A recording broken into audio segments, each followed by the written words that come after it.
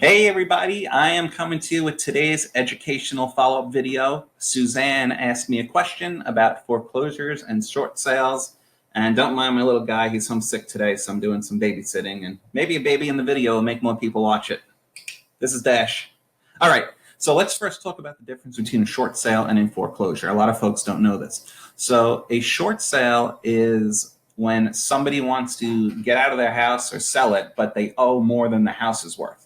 So what they do is they go to their lender and they negotiate. Let's say the house is worth $400,000, and because of market conditions, it went down in value, or you let it deteriorate.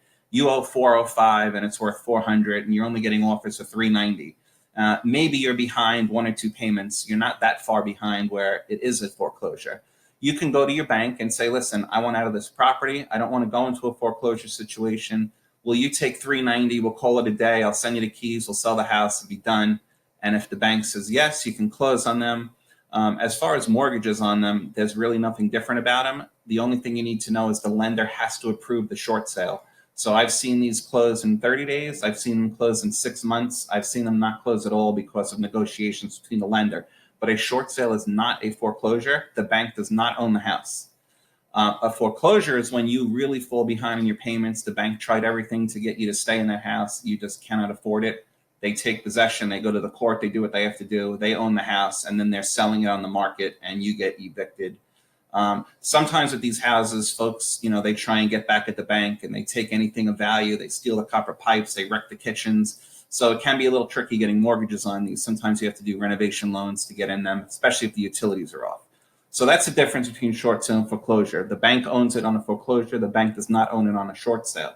So as far as the market and what's going on right now, the media is definitely trying to create some fear, and there's a lot of internet influences on social media. I can't tell you how many I've seen. They're so negative and they're so wrong. I just block them so I don't have to have them ruin my day. But they're out there talking about foreclosures are up and it's the worst and the world's ending. But the reality is what they're not telling you is foreclosures are up in 2022 because of COVID. Banks weren't allowed to foreclose in 20 and 21. There was a moratorium. So of course the numbers are going to be up because they've been piling up the foreclosures.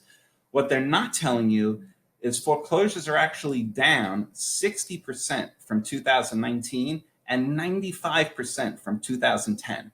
So yes, the numbers are up year to year because banks couldn't foreclose. But overall, in the last 10 years, they're down dramatically, foreclosures.